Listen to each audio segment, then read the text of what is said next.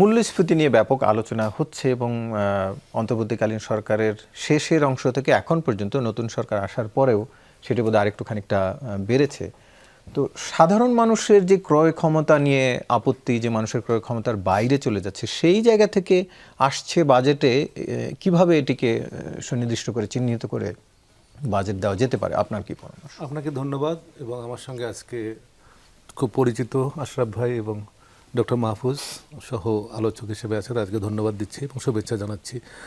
আপনি যেটা বললেন, মূল্যস্ফীতিকে সামনে আনলেন, বাজেটে কি থাকবে।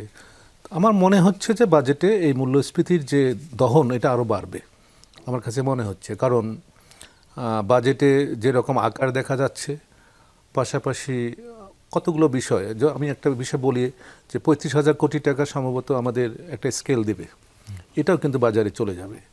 সব কিছু মিলে ইনফ্লেশন কিন্তু আরও বাড়ার কথা।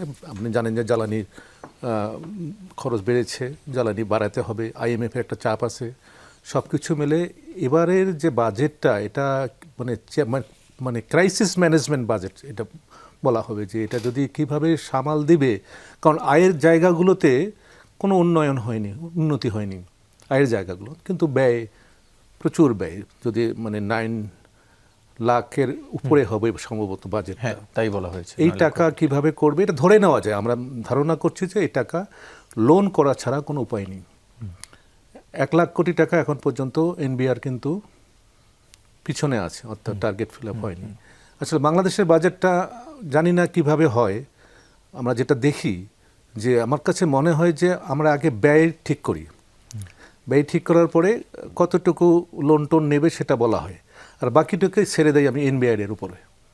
NBR-এর সক্ষমতা আছে কি না সেটা কিন্তু আমি জানি না, এটা বিবেচনা করা হয়। তারা কিন্তু পরে সামনে উঠতে পারে না, তারপরে নানান কারণে কিন্তু সেটা হয় না। এর ফলে কি হবে, আমরা প্রচুর পরিমাণে বাজেট ঘাটতি আমরা দেখতে পাচ্ছি। এবং সেখানে এই বাজেট ঘাটতি কিন্তু উন্নয়ন যে প্রজেক্টগুলো আছে সেখানে গিয়ে প্রভাব ফেলবে।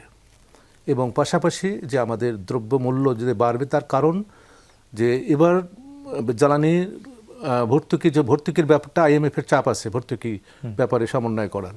সেখানে যদি হাত দেয়, বিদ্যুতের দাম বাড়ে, যদি আপনার গ্যাসের দাম যদি বাড়ে, একদিকে এনারা তো বরাবরই বলে আসতেছেন যে এটা না কমলে তারা কিন্তু চলতে পারছেন না। এবং কমানোর চেয়ে যে নিরবিচ্ছিন্ন যে গ্যাস এবং বিদ্যুৎ দেবে, সেই জায়গাও কিন্তু আমরা দিতে পারিনি, অতীতও দিতে পারিনি, এখনও পাচ্ছি বলে মনে হয় না। সব কিছু মিলে আমার কাছে মনে হয় যে বাজেট হবে একটা, এবং 15-16% ট্রেডিশন যেটা বলে আর কি, সেই অনুযায়ী 15-16% বাড়বে। বাড়ার পরে এটা বছরের শেষে গিয়ে আপনি দেখা যাবে যে NBR সেটা করতে পারেনি। সুতরাং এই চাপ, এই সংকট কিন্তু আরও ঘনীভূত হবে সামনের দিনগুলোতে। সেক্ষেত্রে আপনার পরামর্শ কি, যদি মূল্যস্ফীতিকে কন্ট্রোলের মধ্যে রাখার টার্গেট থাকে, 9-এর তো এরই মধ্যে চলে গেছে, সেটিকে নিয়ন্ত্রণ করতে গেলে আপনার পরামর্শ মানে কি করলে এটি, যেটা এখন বাজেট হলো একটা হলো যে কর কাঠামোর একটা বিষয় আছে, ওখানে কর কাঠামোটা চেঞ্জ করতে হবে। চেঞ্জ মানে একেবারে সংস্কার যাকে বলে, ভালোভাবে করতে হবে। উৎপাদন কিন্তু বাড়াতে হবে। আর এই যে মূল্যস্ফীতিকে কোথায়, যেমন আমাদের ইম্পোর্ট যে জিনিসগুলো ইম্পোর্ট করি, সেখানে কিন্তু ওই টেরিফটা কমাতে হবে কিন্তু।